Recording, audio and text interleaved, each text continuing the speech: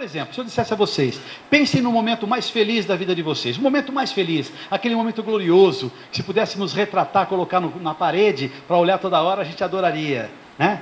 Eu estou vendo agora, está acontecendo. Eu estou vendo o comportamento de pessoas sorrindo. Por quê? Você pensou em alguma coisa que te faz bem, sentiu-se bem, porque pensou numa coisa legal, e está sorrindo, ou está com uma carinha boa, não é? Agora, não pensem em coisa ruim, mas se eu dissesse, pensem numa coisa muito ruim, naquela coisa terrível que te aconteceu, que se você pudesse, deletaria da sua memória para sempre, aquele momento trágico, né? As pessoas poderiam estar pensando naquele momento trágico, estariam se sentindo tristes, e daí eu viria assim o comportamento expresso, pode ser uma carinha triste, pode ser um olho marejado, pode ser até uma lágrima escorrendo. O comportamento eu vi, mas o processo interno eu não vi. Então, se eu quiser que alguém mude o seu comportamento com relação a mim, que é a parte final, é o agir, eu tenho que pensar um pouquinho. O que eu tenho que fazer essa pessoa pensar a meu respeito, para que ela sinta diferente do que ela sente por mim hoje, para que ela possa ter um comportamento diferente do que ela tem comigo. É por aí que a coisa vai acontecer. Como é que a gente treina uma pulga? Se eu tivesse que treinar uma pulga, eu pegaria uma pulga, colocaria dentro de um vidro de palmito, tiraria o rótulo para a gente poder ver a pulga lá dentro. Coloco a tampa, de preferência a tampa de lata, aquela tampa mais antiga, para funcionar melhor o treinamento. E a pulga, o que ela faz? Ela fez a vida inteira, foi pular, foi saltar. E ela salta muitas vezes da própria altura, como vocês sabem. Então ela vai saltar e ela mete a cabeça na tampa, tal, e ela cai lá embaixo. Alguém anotou a placa, né? Toda dolorida. Daí ela salta de novo, que é o que ela sabe fazer, e quando ela salta, ela bate novamente a cabecinha de pulga dela na tampa, e ela cai novamente, estonteada. Até que ela começa a pular um pouco mais baixo, ela bate, não doeu tanto, e ela começa a aprender qual que é a altura ideal que ela deve saltar para não se machucar. Legal, você domou a pulga, beleza. Só que vamos enxergar pela ótica da pulga. Que tragédia na vida dela. Porque a partir desse momento eu vou tirar a tampa, e digo, pode pular, pulguinha.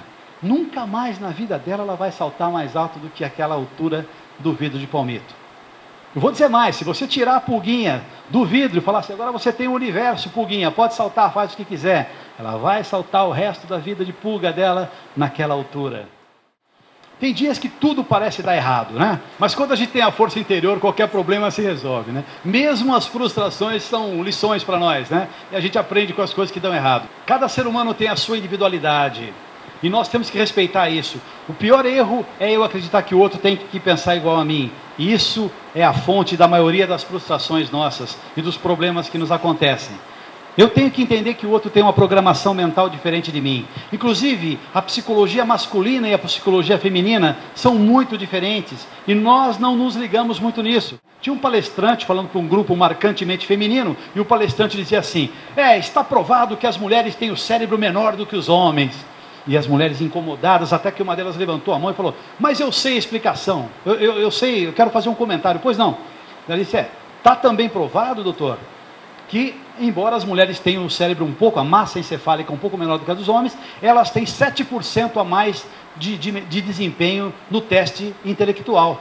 O cara ficou sem graça, né? Falou, tudo bem, mas também está provado, mulheres aqui presentes, de que as mulheres têm que falar 2 vezes mais palavras do que os homens para poder se comunicar e para dizer a mesma coisa. Daí a mesma mulher levantou a mão, eu sei por quê. Senhora de novo, pois não. Daí ela disse assim, porque sempre que a gente fala alguma coisa, para vocês homens, vocês não entendem da primeira vez, nós temos que repetir 2 vezes. O pior é que o professor falou, como é que é?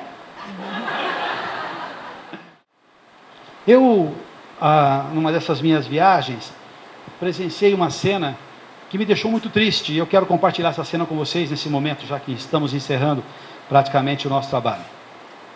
Era uma mãe e uma criança na frente de uma máquina automática, dessa máquina que você põe a moeda e daí você recebe o produto, uma máquina de pipocas. E tinha uma criança chorando na frente da máquina, e a criança não entendia, porque ela queria a pipoca, ela tinha vontade de comer a pipoca, a mãe tinha a moeda, já havia colocado a moeda na máquina, ela via que tinha pipoca lá dentro da máquina, e ela não tinha como acessar, porque alguma coisa estava acontecendo dentro da máquina, alguma coisa errada, e não estava funcionando, não liberava a pipoca.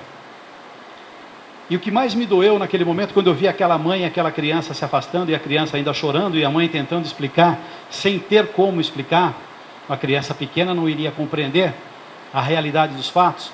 O que mais me deixou chateado, e me deixa agora, e me dá um certo nó no peito, é saber quantos de nós ainda temos tanta coisa dentro de nós, mas temos tantos bloqueios, tantas coisas ainda imperfeitas, e que a gente não percebe que há muitas pessoas que convivem conosco, hoje conviveram, amanhã vão conviver novamente, e que precisam das coisas que existem dentro de nós, que por bloqueios que nós com o tempo desenvolvemos, nós não estamos compartilhando com as pessoas essa riqueza que temos e que elas precisam.